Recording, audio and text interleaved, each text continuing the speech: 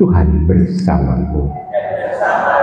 Inilah Injil suci menurut Santo Matius. Sekali peristiwa, Yesus berkeliling ke semua kota dan desa. Ia mengajar dalam rumah-rumah ibadah dan mewartakan Injil kerajaan surga, serta melenyapkan segala penyakit dan kelemahan. Melihat orang banyak yang mengikutinya, tergeraklah hati Yesus oleh belas kasihan, karena mereka lelah dan terlantar seperti domba yang tidak bergembala. Maka Yesus berkata kepada murid-muridnya, "Tuaian memang banyak, tetapi pekerjanya sedikit. Maka mintalah kepada Tuhan yang empunya tuaian, supaya ia mengirimkan pekerja-pekerja untuk tuaian itu." Lalu Yesus memanggil ke-12 muridnya dan memberi mereka kuasa untuk mengusir roh-roh jahat dan untuk melenyapkan segala penyakit serta segala kelemahan. Yesus mengutus mereka dan berpesan, "Pergilah kepada domba-domba yang hilang dari umat Israel. Pergilah dan katakanlah, kerajaan surga sudah dekat. Sembuhkanlah orang sakit, bangkitkanlah orang mati, tahirkanlah orang kusta, usirlah setan-setan. Kalian telah memperoleh dengan cuma-cuma, maka berikanlah pula dengan cuma-cuma." Demikianlah sabda Tuhan. Ibu, Bapak, Saudari-saudari kasih dalam Tuhan, pada Sabtu Imam ini bacaannya sebetulnya dikhususkan untuk para imam juga ternyata. Jadi khususkan untuk kami para imam juga. Dan di sana kita bisa melihat bahwa tugasnya adalah membantu Tuhan untuk menuai panenan.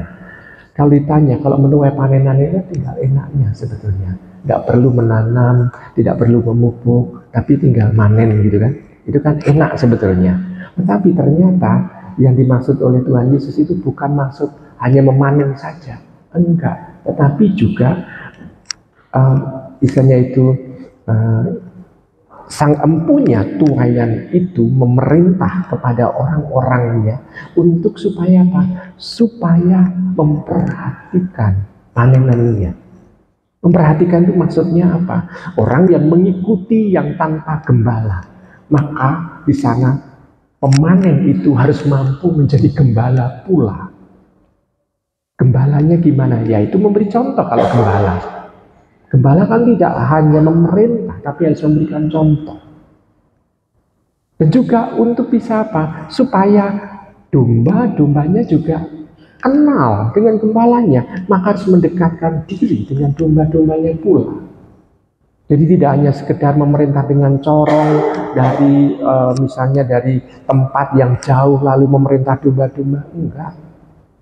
Maka di sini kita bisa melihat, oh ternyata empunya panenan itu memerintahkan kepada orang-orang untuk supaya ada pekerja-pekerja yang bekerja itu. Di sana kita bisa melihat bahwa oh ternyata Yurekoso juga tidak hanya memanen. Kalau memanen kan tinggalannya mendapatkan sisanya nanti. Untuk apa? Untuk hasil panenannya itu kan pekerja-pekerja ini mendapatkan. Utamanya untuk yang punya tanah, tapi yang memanen itu juga mendapatkan bagiannya. Kan ini yang paling enak. Tetapi ternyata kudu rekoso.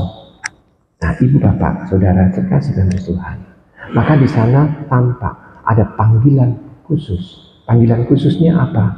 Yakni tidak hanya melulu senangnya yang dicari, tapi harus mampu untuk bisa merasakan duka cita, perjuangan di dalam mendampingi domba-domba yang tanpa gembala itu. Kalau domba-domba yang tanpa gembala itu bisa terdampingi, dia bisa melihat sang gembala sejati sebetulnya. Kenapa? Karena kita bisa melihat kalau gembala yang mendampingi domba-domba itu utusan dari gembala utama, dia harus mampu untuk bisa misalnya itu menggembalakan sesuai dengan perintah gembala utama. Dia tidak semena-mena untuk menggembalakan domba itu. Dan ini sebetulnya adalah panggilan yang harus diemban oleh para imam. Dia tidak boleh sembarangan menggembalakan domba-dombanya, tidak boleh sembarangan menggembalakan umatnya. Dia tidak boleh sembarangan menggembalakan umatnya demi kehidupan gembalanya. Tidak. Karena apa? Karena domba-dombanya atau umatnya bukan tumbal, tetapi apa yang harus dilayani. Ya, ibu bapak, saudari terkasih dalam Yesus Tuhan, ini yang juga kami renungkan pada saat kami merefleksikan menjadi seorang imam. Nah, satu imam ini sebetulnya juga mengingatkan kepada saya supaya saya juga mendoakan para imam yang ada dalam kesulitan, soal panggilan juga. Kenapa? Karena mereka dalam misalnya bertugas seringkali kan sendirian. Seringkali ada di dalam tugas sebagai misi di tempat-tempat yang terpencil. Mereka sendiri mempertanyakan, kenapa Tuhan mengutus saya justru dengan untuk menyiksa saya? Mungkin ada yang punya pikiran seperti itu. Sehingga mereka mempertimbangkan lagi soal panggilan itu. Nah, saya memikirkan dan mendoakan mereka. Kita harus mendoakan mereka juga. Kenapa? Karena yang mendukung para imam di tempat-tempat yang terpencil, tempat-tempat yang sulit, tempat-tempat yang punya banyak masalah adalah doa dari para domba-dombanya. Supaya gembala itu tetap mampu untuk menjalankan tugas dari sang gembala utama, yakni Tuhan sendiri.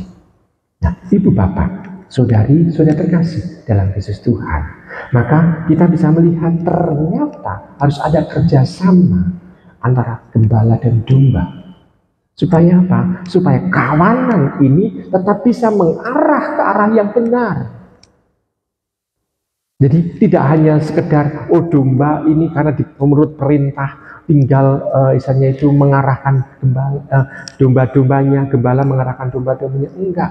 Tapi domba juga bisa tahu dan juga mendukung supaya gembalanya tidak putus asa di tengah jalan.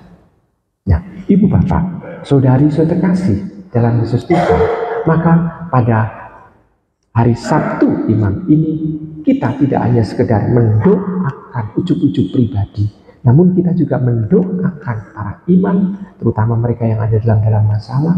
Kita juga mendoakan para imam pun juga harus mendoakan para pemerhati imam. Dan romonya juga harus mendoakan itu, para pemerhati imam. Mereka yang menjaga para imam-imam supaya tetap menjadi imam. Harapannya hanya satu, kalau imam itu tetap menjadi imam, matinya pun itu sebagai imam. Jadi tidak hanya ditabiskan, tetapi juga matinya pun sebagai imam. Itu juga doa-doa dari para romo untuk mendoakan para pemerhati imam. Nah, ibu bapak, saudari, saudara kasih dalam Tuhan. Jadi sebetulnya pada hari Sabtu ini banyak intensi, banyak wujud yang harus kita doakan. Untuk itu, marilah sekarang kita hening sejenak. Kita mau mendoakan itu semua di hadapan Tuhan.